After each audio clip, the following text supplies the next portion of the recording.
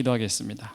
하나님 아버지, 이 시간에 주님께서 저희들에게 주시는 말씀을 듣기 원합니다. 말씀을 듣는 중에 우리 이성으로 듣지 않게 하시고 성령께서 주시는 감동이 우리 안에 있기를 원합니다.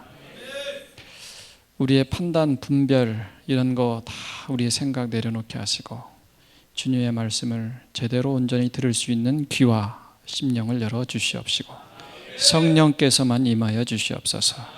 예수님의 이름으로 기도합니다. 아멘. 하나님께서 우리같이 연약하고 부족한 사람들에게 이 사역을 맡겨준다는 거, 또 직분을 맡겨주신다는 거, 이거는 사실 엄청난 특권이고 좀 말할 수 없는 감사의 제목입니다. 그럼에도 불구하고 사역을 맡거나 직분을 맡으면 우리 마음속에 부담이 있어요. 그 부담은 여러 가지인데요. 정리를 해보면 한 4가지로 정리가 될 수 있을 것 같습니다. 첫 번째는 인격이 부족하다는 거죠. 나는 아직 변화되지 못한 부분이 많이 있는데, 예수님 닮지 못한 부분이 많이 있는데 내가 이거 어떻게 사역을 하나, 이런 마음의 짐은 모든 사람이 가지고 있습니다. 또 하나는 뭐냐면요, 능력이 안 된다는 거죠. 나는 은사도 없고 부족하고 또 능력도 부족하고 또 이 방면에 자질도 부족하고 경험도 많지 않은데 내가 어떻게 그 정말 귀하신 하나님의 일을 하나, 하나님의 직분을 맡나, 이거에 대한 부담이 있습니다. 또 하나는 뭐냐면, 이거 내가 하다가 잘못되면 나는 뭐 그렇다 하더라도 다른 사람들까지 부정적인 영향을 미치면 어떻게 하나. 때로는 나 자신의 믿음도 간수하지 못할 때가 있거든요. 나도 자주 넘어질 때가 있는데 나도 간수하지 못하는데 어떻게 남의 믿음까지 내가 어떻게 도울 수가 있을까? 이게 좀 자신이 없는 거죠. 또 하나는 뭐냐면, 가끔 죄의 유혹에 우리가 자주 빠집니다. 넘어갑니다. 이런 우리의 모습을 우리 자신이 잘 알기 때문에 이거 내가 어떻게 하나, 이런 마음의 짐들을 모든 사역자들, 또 사역하는 분들, 직분자들이 다 한편으로는 갖고 있습니다. 그런데요, 사탄이 이거를 잘 알기 때문에 이 사역자들이나 직분자들을 사탄이 공격할 때 이거를 그대로 이용해 먹습니다. 사탄이 직분자를 공격하는, 교회 사역자들을 공격하는 여러 가지 패턴이 있는데요, 이거를 그냥 대표적인 것만 3개 뽑는다면 이렇게 말할 수 있을 겁니다. 첫째는 자격지심이에요. 네가 무슨 자격으로 그 일을 하냐 이거예요. 너는 아직 인격이 덜 됐잖아. 너는 아직 성질이 아직 안 바뀌었잖아. 너는 여전히 죄 짓고 있잖아. 너는 아직도 욕심이, 탐욕이 마음속에 많이 있잖아. 네가 무슨 자격으로 주님의 일을 해? 네가 무슨 자격으로 목자를 해? 이런 사단의 공격을 딱 당하면요, 여기에 버틸 수 있는 사람이 없어요. 그래서 사단이 너는 자격이 안 돼, 너는 배운 게 없잖아, 이러면서 막 자격을 따지기 시작하면 그 앞에 설 수 있는 사람이 아무도 없습니다. 하나님의 일은요, 자격으로 하는 거 아닙니다. 은혜로 하는 겁니다. 그러니까 우리가 무릎을 꿇고 기도하는 거예요. 그런데 사단은 끝없이 자격을 물어봐요. 네가 무슨 자격으로 해? 너의 모습을 봐. 너 혼자 있을 때 너의 하는 모습을 봐. 네가 어떻게 이런 걸 하는데, 이거에 너무나 많은 사람이 넘어가서 사역을 그만두는 걸 봅니다. 두 번째는 두려움인데요, 이거 실패하면 어떻게 하냐 이거죠. 나 때문에 목원들까지 잘못되면 어떻게 하냐 이거죠. 열심히 수고했고 애썼는데 열매가 없고 결실이 없으면 이거 어떻게 하나, 이런 두려움, 이런 실패에 대한 두려움은 모든 사역들이 다 안고 있습니다. 이거에 한번 걸리면 믿음으로 나가지를 못해요. 그만두고 싶어요. 세 번째는 뭐냐면요, 자존심이에요. 이 사단이 한번 자존심을 건드려 놓으면 이거 못하겠다, 이렇게 나오는 사람이 많습니다. 열심히 섬겼는데 반응하지 않습니다. 열심히 기도해 줬는데 아무런 변화도 없습니다. 열심히 시간 내고 정성 들이고 밥 사주고 여러 가지 수고했는데 고맙다는 말 한마디도 없습니다. 교회 와서 이렇게 다가와서 인사도 않습니다. 자존심이 팍팍 상합니다. 내가 나이를 먹어도 얼마나 먹었는데 인생을 살아도 얼마를 살았는데, 세상에 나가고 사회에 나가면 저거 그냥 내 밑에 있을 건데 막 이러면서 말이 자존심이 확 올라오면 사역하기가 어려워요.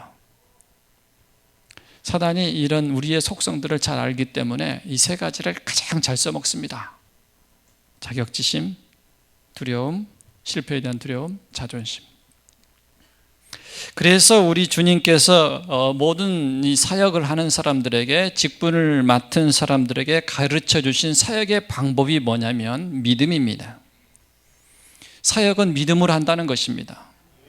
사역은 인격으로 하는 게 아닙니다. 경험으로 하는 거 아닙니다. 내 실력이나 아니면 학문으로 하는 게 아닙니다. 상황에 의해서 하는 거 아닙니다. 사역은 믿음으로 하는 것입니다. 하나님은 우리의 믿음에 응답하시지 다른 것에 응답하는 게 아닙니다. 학벌이 많은 사람이 사역 잘하는 거 아닙니다. 경험이 많은 사람들을 사역 잘하는 거 아닙니다. 오히려 그 경험이 사역을 그르치는 경우가 참 많이 있습니다. 인격이 훌륭하다고 다 사역을 잘하는 게 아닙니다. 우리가 물론 예수님을 닮아가야 되죠. 자라가야 되지만 이것 갖고 사역하는 건 아니라는 거죠. 사역은 믿음으로 합니다.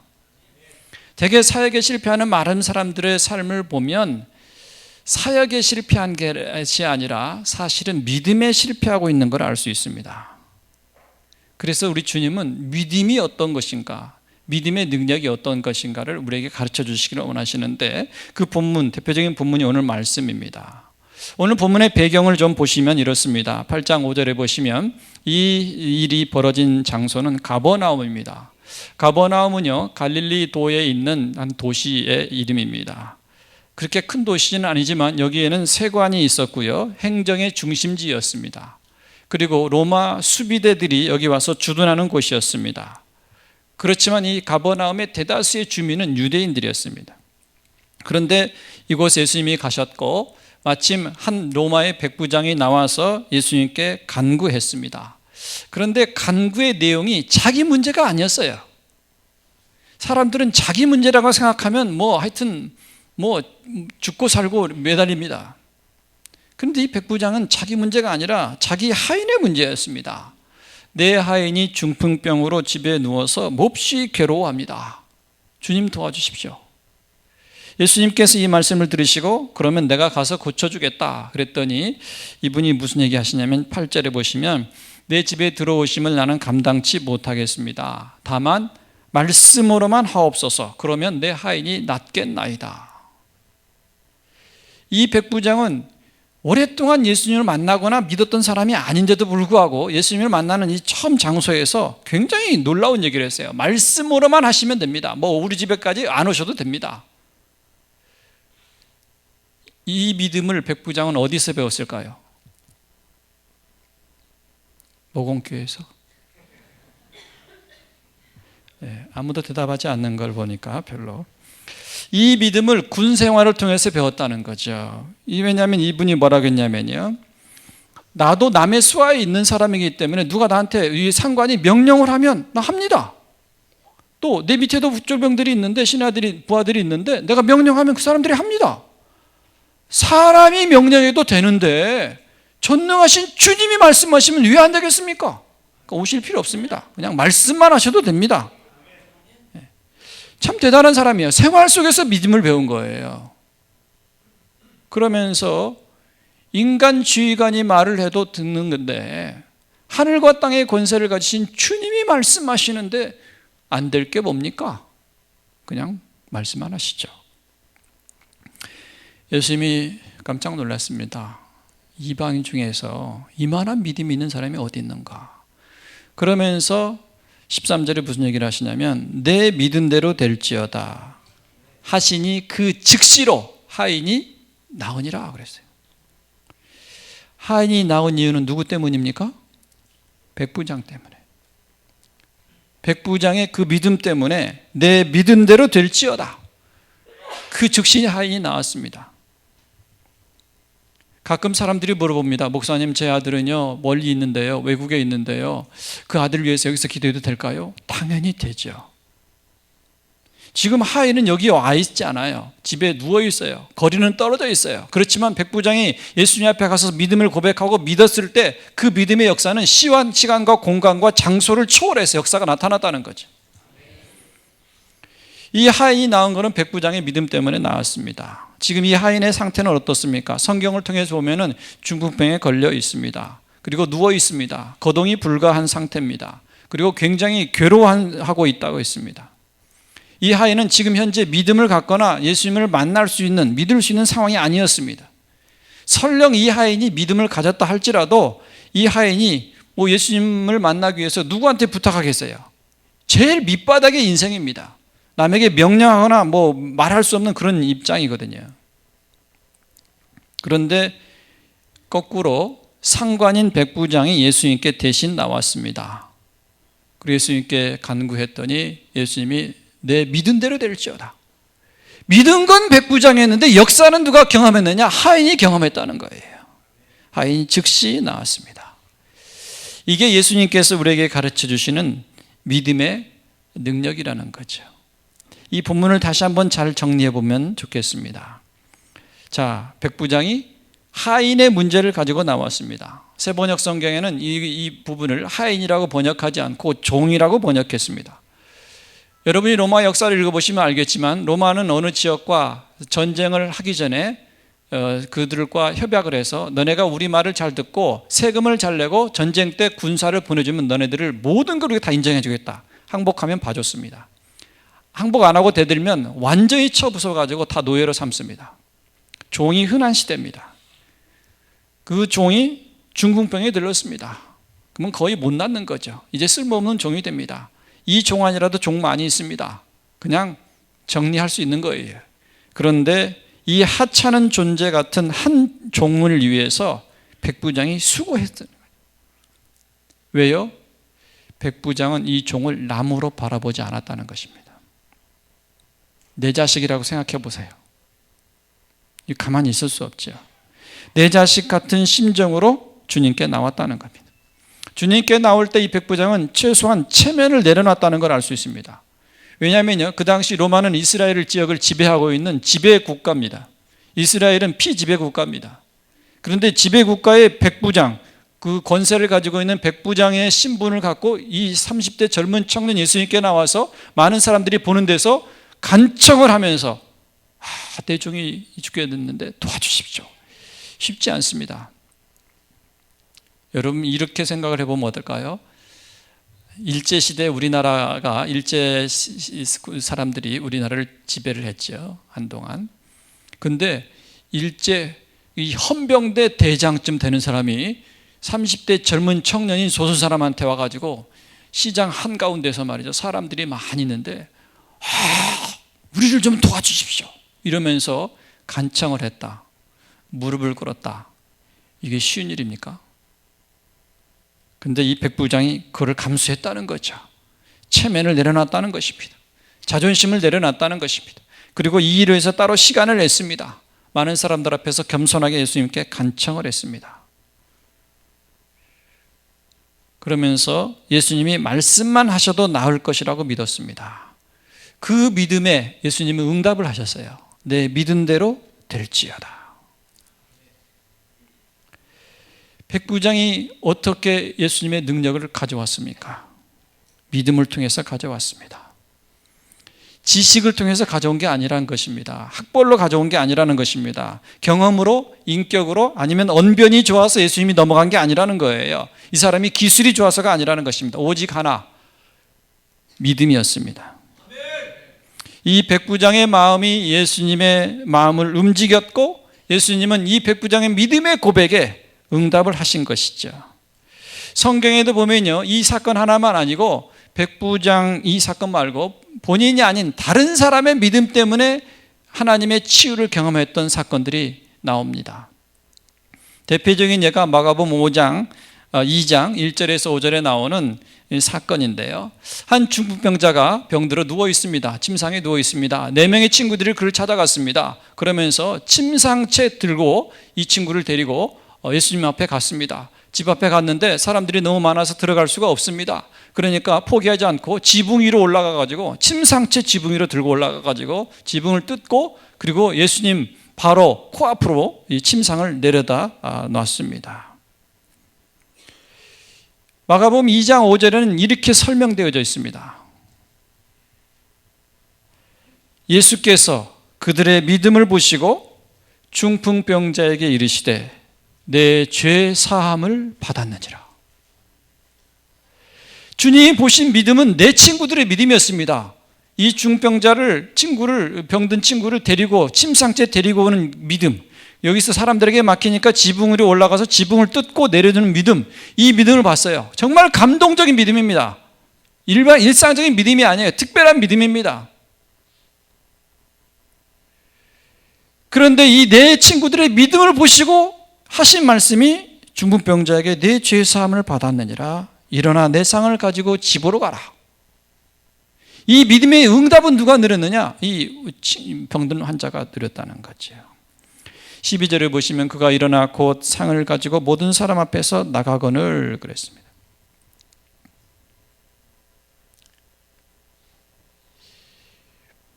목자 목녀의 믿음 때문에 목원들이 삽니다.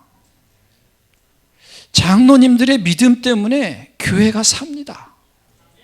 직분자들의 믿음의 고백 때문에 아무 상관없는 것 같은 정말 병들고 힘들고 약하고 상처나고 찢기고 인생의 강도 만난 사람들이 치유되고 회복되는 일을 참 많이 했습니다. 어떤 사람이 가끔 물어요. 목사님, 저는 이거 뭐 기도도 못하고 기도도 잘 할지도 모르고 기도도 안 했는데 이런 이상한 일이 내 삶에 많이 벌어져요. 왜 그래요? 목자 목녀가 기도했으니까. 누군가 그 문제를 보면서 기도했으니까. 누군가 그 사람과 아무 상관이 없지만 내 가족처럼 그 하나님의 무릎을 꿇은 시간이 있었기 때문에 그 믿음을 보고 하나님이 그 사람에게 역사하신 거예요. 근데 본인은 모르죠. 누군가 다른 사람의 어떤 믿음의 역사를 수고를 통해서 응답을 받는 경우 성경에 많습니다. 그렇기 때문에 여러분이 이 신앙생활을 하시는 동안에 나 자신의 문제만 아니고 다른 주변이나 내가 알지 못하는 어떤 눈물을 흘리며 기도하고 아파하고 힘들어하고 고통하는 사람들을 보면서 하나님 앞에 믿음으로 나갈 때 그 믿음이 그 공동체와 지체를 살린다는 거, 이거 기억하시기 바랍니다. 본인의 믿음으로 치유되는 경우도 있어요. 마가복음 5장 25절에 30절에 보시면 12해 동안 혈루증을 앓았던 한 여인이 있습니다. 그런데 예수님 주변에 수많은 사람들이 따라다니니까 가까이 갈 수 없었어요. 겨우 뒤로 가가지고 이 손으로 만지면서 마음속으로 이렇게 생각했습니다. 28절, 이는 내가 그의 옷에만 손을 대어도 구원을 받으리라 생각함이라. 그리고 이 믿음은 응답을 받은 거죠. 그 즉시로 예수님의 몸에서 병을 고치는 능력이 나가서 이 여인의 12년 된 병을 완전히 치료했습니다. 본인의 믿음의 응답을 누린 거예요. 또 사도행전 14장 8절 9절에 보시면 사도 바울이 루스드라에 가서 전도할 때 나면서부터 걷지 못했던 한 사람이 있었습니다. 그런데 바울이 설교하는데 이 바울의 설교 말씀을 너무 주목해서 잘 듣고 있습니다. 그래서 바울이 설교하다가 도중에 구원받는 믿음이 그에게 있는 것을 보고 큰 소리로 외쳤습니다. 내 발로 일어서라. 그랬더니 그 사람이 그 즉시로 일어나 그냥 걷기 시작했어요. 이 사람은 걸어본 경험이 없습니다. 어떻게 걷는지도 모릅니다. 왜요? 나면서부터 걷지 못했으니까. 그런데 이 사람은 일어나 내 발로 일어서라 하니까 일어나서 그냥 바로 걸었습니다. 구경꾼이 역사를 일으키는 게 아니에요. 믿음의 사람이 역사를 일으키는 거예요. 숫자가 몇 명이냐가 중요한 게 아니에요. 믿음으로 반응하는 사람이 몇 명이냐가 중요한 거지. 하나님은 우리의 믿음에 응답하시고 우리의 믿음에 반응하십니다. 그리고 하나님은 우리의 믿음을 근거로 해서 일하십니다. 그래서 믿음이란 걸 우리 주님은 우리에게 가르쳐 주십니다. 특별히 믿음에 대해서 우리가 알 수 있는 구절이 성경에 많이 나오지만 대표적인 구절은 히브리서 11장을 뽑을 수 있습니다. 이거는 믿음장이라고 알려져 있지 않습니까? 거기서 믿음을 이렇게 규정하고 있어요. 히브리서 11장 1절에 보시면 믿음은 바라는 것들의 실상이요 보이지 않는 것들의 증거라는 거죠. 지금 현재는 아무것도 보이지 않아요. 아무것도 나타나지 않았어요. 아무것도 이루지 않아졌어요. 아무것도 보이는 게 잡히는 게 없어요. 그런데 간절히 바라는, 공상이나 상상이 아닙니다. 어떤 증거를 갖고 바라는 거예요. 기대하는 거예요. 근데 그것이 나중에 그 믿음의 응답으로 실상이 나아지는 거예요. 지금 현재는 보이지 않습니다. 그런데 믿음으로 했더니 나중에 눈앞에 그 역사가 나타나는 거예요. 그런데 이것은 2절 선진들이 이로써 증거를 얻었다는 거예요. 증거가 있고 검증된 것이라는 것입니다. 이것은 신념이 아니라는 거예요. 상상이 아니라는 거예요. 마인드 컨트롤이나 적극적인 사고방식이나 긍정적인 사고방식이 아니라 이거는 검증되고 우리 믿음의 선조들이 수많은 증거를 갖고 있는 확실한 사건이라는 것입니다. 그러면서 히브리서 11장을 읽어보시면 믿음의 능력, 그 믿음으로 불가능한 일들 같이 느껴졌던 일들이 되어진 이런 사건들과 그 믿음의 주역들의 이름을 성경에 쫙 써 있습니다. 우리 믿음의 선배들이죠. 아벨, 에녹, 노아, 아브라함, 이삭, 야곱, 모세 쭉 나옵니다. 그러면서 히브리서 11장 6절에는 이렇게 설명하고 있어요. 믿음이 없이는 하나님을 기쁘시게 하지 못하나니 하나님께 나아가는 자는 반드시 그가 계신 것과 또한 그가 자기를 찾는 자들에게 상 주시는 이심을 믿어야 할지니라. 사역은 실력이 아닙니다. 사역은 실력으로 하는 게 아니에요. 사역은 언변으로 하는 게 아니에요. 사역은 경험으로 하는 게 아니에요. 사역은 기술로 하는 게 아니에요. 사역은 믿음으로 합니다. 그리고 이 믿음에 하나님은 응답하십니다. 그렇다면 믿음으로 한다는 말은 무엇일까요? 이제 제가 구체적으로 사례를 들어서 좀 말씀을 드리겠습니다. 목자, 목녀가 믿음으로 사역한다. 이 말은요, 목원들이 한 명도 안 와도 그 자리를 지킨다는 것입니다. 내 눈에 보이는 목원이 없어도 보이지 아니하시는 하나님이 지금 이곳에 함께 하신다는 사실을 믿고 기도하고 기대하고 계속 내 자리를 지키는 것입니다. 저희 교회가 목장 사역이 탁월하게 바뀌게 된 계기가 있습니다. 저희 교회에 이제 싱글 목자가 있었는데요, 여자 자매였는데 목자였는데요, 자기 직원들, 그 직장 직원들을 다 전도를 하고 이렇게 섬겼습니다. 완전 비신자들인데 이 사람들이 이제 목장에 오기 시작했어요. 그런데 어느 날 목장에 식사 준비도 하고 다 준비했는데 아무도 안 온 거예요. 근데 목원들은 안 올 때 안 온다고 문자 안 합니다. 연락 안 합니다. 인격적으로 안 합니다. 아무리 해도 반응 안 합니다. 다음 주에 와서 미안하다고도 안 합니다. 미안한 줄도 모릅니다. 그런 거 기대하면 막 힘들어요. 근데 하여튼 아무도 안 왔어요. 연락도 없었어요. 밥은 차렸는데 어떻게 하겠어요? 대개 이때가 우리의 믿음을 테스트하는 시간이에요. 보통 사람들은 어떻게 하냐면 아무도 안 왔네, 그냥 나 혼자 먹고 끝내지 그냥 끝내요. 이 자매는 어떻게 했냐면 목장 모임을 시작했습니다. 근데 제가 그랬거든요. 성경에 보니까 마태복음 18장 이하에 19절 20절 이하에 보니까 두세 사람이 내 이름으로 모인 곳에는 나도 그들 중에 함께 있느냐, 그러니까 하나님 성령이 역사하실 때는 최소한 2명은 있어야 된다. 근데 자기는 혼자잖아요. 혼자 싱글이니까. 그래서 제가 그랬어요. 그러면 목사님 저는 혼자인데, 그랬더니 거울 놓고 하세요. 거울. 이 말이 생각난 거예요. 거울 놓고 하라. 그래가지고 자기 앞에 거울을 놓고 이제 둘이 하는 거예요. 거울에 있는 사람하고 나하고 똑같은 사람이 생긴 거죠. 가지고 자, 오늘 식사기도 하시겠습니다. 식사하고 오늘 지난주에 감사한 거 나누겠습니다. 감사하고 이렇게 했어요. 근데 한 15분 정도 지나니까 자기가 그런 생각이 들더래요. 이게 뭔 짓이냐? 이 지금 맨정신으로 이게 제정신이 아닌데 이게 뭐냐 이게? 그래서 그만둘까? 우습기도 하고 자기가 좀 바보 같기도 하고 이게 뭐냐 이런 생각이 들어서 그만둘까 했는데, 그래 2명이라도 있으면 예수님이 나도 그 자리에 함께 한다고 하셨는데 내가 해야지. 그래서 그냥 했다는 거예요. 1시간을 넘게 했답니다. 그리고 나서 정말 그때 자기가 많은 은혜를 경험했다고 목자 목녀 전체 모임 때 이 자매가 얘기를 한 거예요. 그냥 목사님이 하는 말을 그냥 흘려 들었는데 내가 정말 거울 놓고 한번 해봤습니다. 근데 성령이 임하시더라고. 그것이 계기가 되어져서 그 다음부터는 우리 교회에서는 목장을 쉬는 일이 없어요. 쉬자는 말도 없어요. 방학 없이 내 말 옛날에는 많이 했거든요. 근데 이런 말이 싹 들어갔어요. 왜냐하면 두세 사람이 내 이름을 모여. 나도 그 중에 주님이 계신다는데 주님이 기다리고 있는데 뭐 누가 뭐 어떻게 하겠어요. 이렇게 말씀을 드려도 혹시 와닿지가 않는 분이 있을지 몰라서 제가 이걸 좀 바꿔서 얘기해 보겠습니다. 자, 목사님이 개척교회를 했어요. 주일 예배를 준비했어요. 주보에 예배 순서가 나와 있죠. 예배를 드리러 딱 가봤더니 성도가 한 명도 안 왔어요. 그럼 예배 드려야 됩니까? 안 해야 됩니까?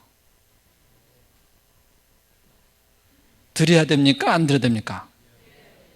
드려야 돼요? 왜 그러죠? 하나님이 함께 계시니까. 또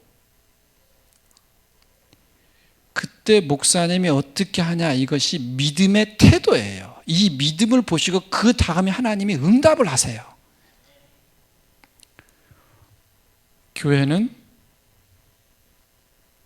예수님의 주인이시고 머리시니까. 목장은 교회입니다. 목장의 머리는 목자가 아니고 예수님이십니다. 예수님이 그 모임에 오셔서 기다리고 있으면 우리가 하야죠. 우리는 목사님이 주일에 설교하는데 오늘 뭐 다 안 오셨네요? 2명 왔네요? 그냥 오늘 그냥 제가 기도 한번 하고 끝냅시다. 이렇게 하면은 그 이상한 목사라고 생각해요. 그게 가면 안 된다고 생각해요. 자기들은 목장 모임 할 때 사람 들어오면은 적으면은 기도 끝내게 우리 대충 끝내요. 우리는 그 사람을 이상한 목자라고 안 해요. 근데 이상한 목자거든요. 왜 주일 예배는 그렇게 하면 안 되고 목장은 그렇게 해도 되는 겁니까?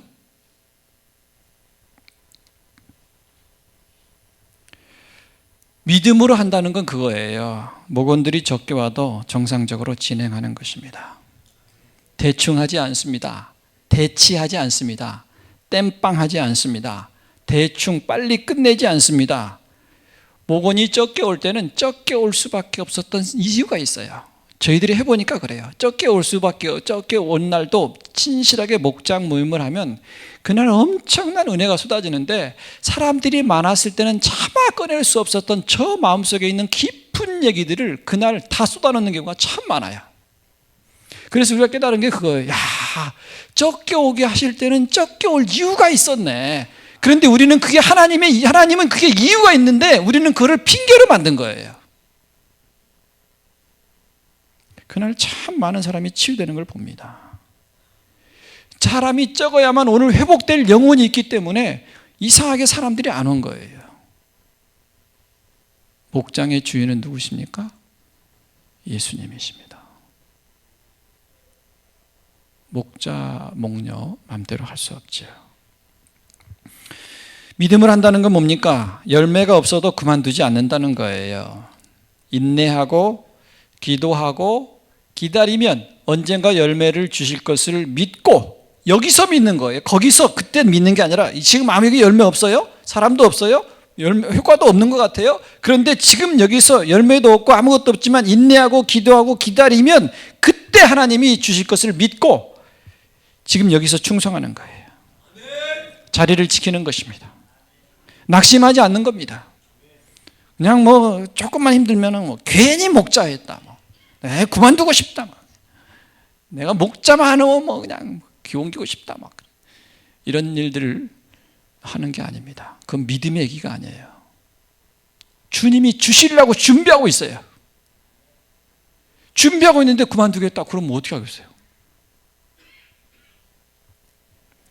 하나님이 우리 목장에 사람을 보내주실 것을 믿고 기도하고 기대하며 기다리는 것입니다. 저희 교회에서는 한 달에 한 번씩 공식적으로 목장에서 전도 초청잔치를 합니다. 대개는 매주 마지막 주에 하는데 목장별로 조금 다르긴 하거든요. 이번 주에 전도 초청잔치 이번 달에 했습니다. 아무도 안 왔어요. 다음 달에 해야 됩니까? 안 해야 됩니까?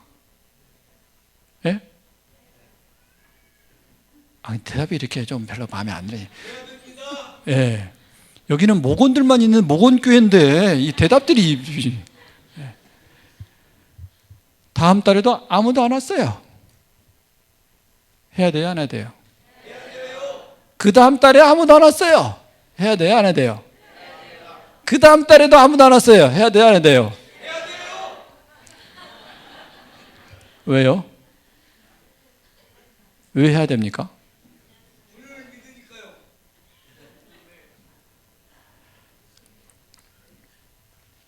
계속하면요, 하나님이 스트레스를 받기 시작하세요. 쟤는 안 보내줘도 계속하네. 첫째 딸 한 번 더 하나님이 어떻게 하는가?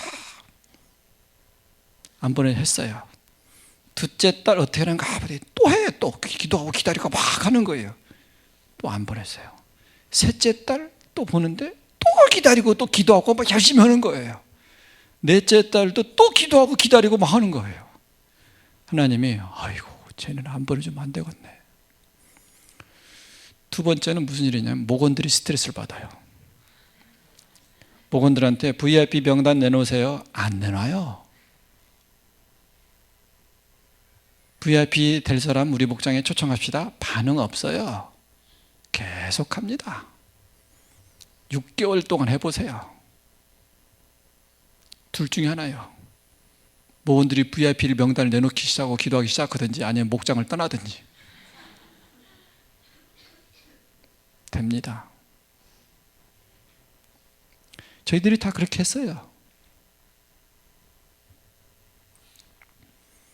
목원이 아프고 상처받고 힘들 때, 죄에 빠졌을 때 목자 목녀가 그를 대신해서 하나님께 나가는 것입니다. 매달리는 것입니다. 그러면 중풍병이 걸렸던 친구가 나은 것처럼 이 백부장의 하인이 나은 것처럼 이들 때문에, 이들의 믿음 때문에 사실은 이 다른 사람들이 치유되는 거예요. 힘들 때 잘 안 된다고 생각될 때 원망하거나 남을 탓하거나 목원을 탓하거나 불평하는 게 이 믿음 아닙니다. 자기 탓도 하면 안 돼요. 그냥 묵묵히 주어진 일을 하는 것입니다. 하나님의 때까지 견디면 되는 거예요. 우리가 아무리 비신자를 전도하기 위해서 찾아가고 섬기고 기도하고 밥 사주고 선물 사주고 뭐 커피 사주고 해도 비신자들은 반응하지 않습니다. 어떤 비신자들은 은근히 그거를 즐겨요. 바빠요. 나 좀 어려워요. 그러면 또 열심히 섬겨주거든요. 이때 포기하지 않고 여러분이 여유를 가지면서 기대하는 거예요. 믿는 거예요. 당신은 나 때문에 하늘 복 받았다. 당신이 나 만난 거는 정말 당신의 인생에 돌이킬 수 없는 축복이다. 언젠가 당신이 깨져가지고 은혜 받고 나한테 정말 감사할 때가 올 것이다. 이거를 기대하며 기도하면서 섬기면서 나아가는 거예요. 이런 사람은요 사탄이 못 이겨요. 왜냐하면 사탄이 쓰는 방법이 여러 가지가 있는데 대표적인 게 세 가지 있다고 했습니다. 첫 번째 뭐라겠죠? 자격지심. 네가 무슨 자격으로 해? 그럴 때마다 여러분 내가 뭔 자격으로 하나? 은혜로 하지. 그 다음에 또 뭐라고 했죠? 두려움. 너 사역에 실패하면 아무도 열명하면 어떡할 거야? 너 때문에 목장이 다 깨지면 어떻게 할 거야? 우리는 믿음으로 하거든요. 또 세 번째가 뭐였죠? 자존심. 우리는 대접받기 위해서 목장하는 거 아닙니다. 그래서 주님 우리에게 하신 말씀이 있어요. 나는 섬김을 받으러 온 것이 아니라 섬기러 하고 내 목숨을 받은 사람의 대속물로 주려 하느라. 왜요? 교회에서 섬김 받으려는 마음이 생기는 순간부터 이게 자존심하고 연결이 되면서 일 못해요. 그냥. 이게 못 나갈 것 같아요. 그냥. 아주 그냥 젊은 녀석들이 와서 그냥 인사도 안 하고 말이죠. 아는 체도 안 하고 말이죠. 목장 뻥크 딱 냈거든. 미안한 것도 없고 말이죠. 다음 주에도 와가지고 밥 주세요 이러고 말이죠. 늦게 와서 밥 주. 이게 막 자존심이 확 나니까 그때 나는 섬기는 자지 내가 뭐 대접받으러 교회 다니냐? 스스로 얘기하는 거예요. 사탄이 우리 마음속에 야, 너 세상에 나가면 그냥 한마디 하면 밑에 사람이 쫙쫙 할 텐데 말이야. 너 뭐 하고 있냐? 막 청소하고 뭐 하고 있냐 지금. 나는 섬기러 왔거든. 이렇게 하는 거예요. 목장 모임 때 병든 자가 있거나 깊은 상처가 있거나 중독에 빠져 있거나 망가진 사람들, 인생의 강도 만난 사람들이 있으면 여러분 기도하다가 목장 모임 하다가 목자 목녀가 손을 얹고 기도하는 거예요. 내가 기도하면 어떤 형태로든지 역사가 일어날 것이다. 믿고 기대하고 우리가 순종하는 거예요. 왜냐하면 성경에 약속이 있잖아요. 마가복음 16장에 보면은 믿는 자들에게 이런 표적이 따르리니, 그러면서 그 뒤에 병든 자에게 손을 얹은 즉 나으리라 그랬잖아요. 지금 낫는 게 안 보이지만 내가 믿음으로 손을 얹는 거예요. 이 믿음이 능력을 가져오고 이 믿음이 역사를 가져온다니까요. 혈루병 든 여인이 내가 손만 대어도 나을 것이다 이렇게 믿었더니 정말 능력이 나왔다는 거예요. 마가복음 16장에 목사님이 손을 얹으면 나으리라 이렇게 안 되어 있다는 거죠. 장로님이 손을 얹으면 나으리라, 안수입사가 손을 얹으면 나으리라, 권사님이 손을 얹으면 나으리라 이렇게 안 되어 있다는 거예요. 예수를 20년 정도는 믿어야 손을 얹으면 나으니라 이런 말이 없다는 거예요. 방언의 은사를 받아야 받은 사람이 손을 얹으면 낫는다 이런 말이 없다는 거예요. 믿는 자들에게는 이런 표적이 따르리니, 그러면서 저희가 주의 이름으로 귀신을 쫓아며 새 방언을 말하며 병든 무슨 독을 마시지라도 해를 받지 않냐며 병든 자에게 손을 얹은 즉 나으리라 그랬어요. 내가 믿고 손 얹는 거예요. 이번 주 했는데 아무 일이 없어요. 다음 주에 또 하는 거예요.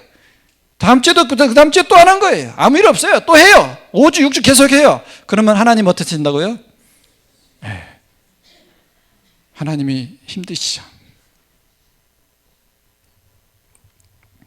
그래서 하나님은 우리 목자 목녀의 믿음에 응답하시고 그 믿음을 근거로 해서 역사하시지, 무슨 공부만이었다고 해서 가정교회에 대해서 아니면 목장 사역에 대해서 뭐 책을 많이 읽었다고 해서 내가 신앙생활을 오래 했다고 해서 기도를 많이 한다고 해서 되는 게 아니에요. 사역은 믿음으로 하는 것입니다. 그래서 가끔 보면은 초보 목자들이 훨씬 사역을 잘하는 이유가 뭐냐면 이 사람들은 믿음으로 순종하니까 되는 거예요. 그러면 우리 믿음이 드러나는 때가 언제입니까? 우리 믿음이 드러나는 때는 사역이 잘 되고 순적하고 풍성할 때가 아니에요. 사역이 지질이 안 되고 응답도 없고 사람들의 변화도 없고 VIP도 안 오고 정말 이 목장을 해야 돼 말아야 돼. 정말 부부간에만 목장을 벌써 뭐 몇 주씩 해가면서, 몇 주가 아니라 우리 교회는 몇 년도 한 분 있거든요. 부부간에 몇 년 하면서 여보 이거 목장 이거 해야 돼 말아야 돼.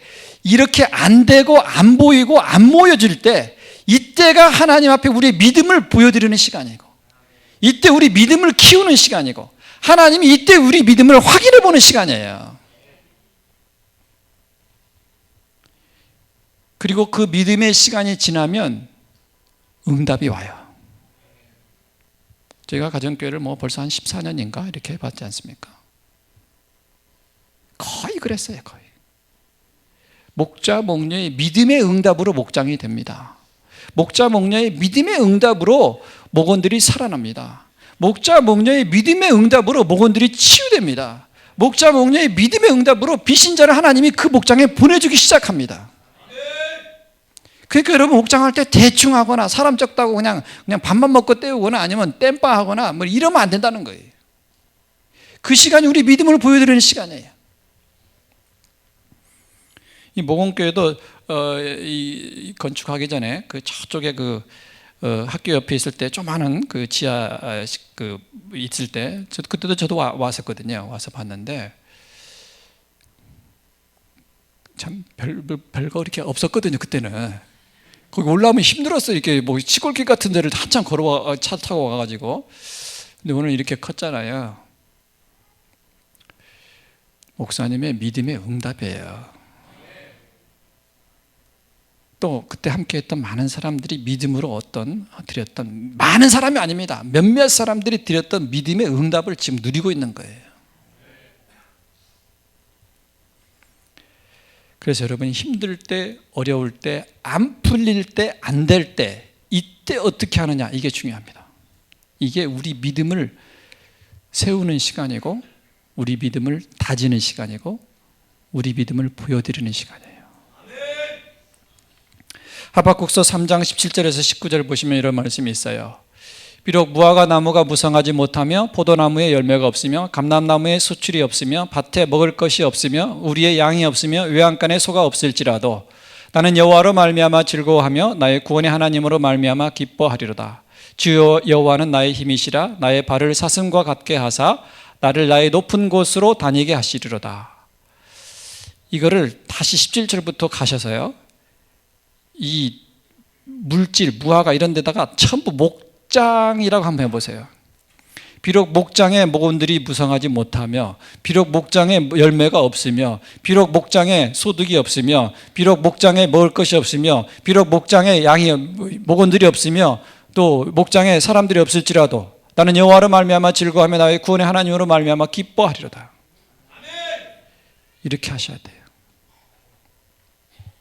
목원이 없어도 나 같은 사람을, 나같이 문제 많고 허물 많은 사람을 목자로 세워주신 게 왜 은혜냐 그러면서 찬양하고 기뻐하면서, 나 같은 사람에게 직분을 맡겨주시는 게 이게 왜 은혜냐. 어젯밤에도 시컷 싸우고 왔는데 오늘 또 성가대 가운 입고 세하잖아요. 그래가지고 말이죠, 이게 성간지 이게 분노인지 막 이런데도 나가 이 일을 맡기는 왜 은혜냐 그러면서 막 하는 거예요. 그 믿음의 응답으로 하나님의 역사를 나타내십니다. 히브리서 11장 6절에 보면 이런 말씀이 있어요. 믿음이 없이는 하나님을 기쁘시게 하지 못하나니 하나님께 나아가는 자는 반드시 그가 계신 것과 또한 그가 자기를 찾는 자들에게 상 주시는 이심을 믿어야 할지니라. 사역은 믿음으로 합니다. 하나님은 여러분의 믿음에 응답하십니다. 기도하십시다.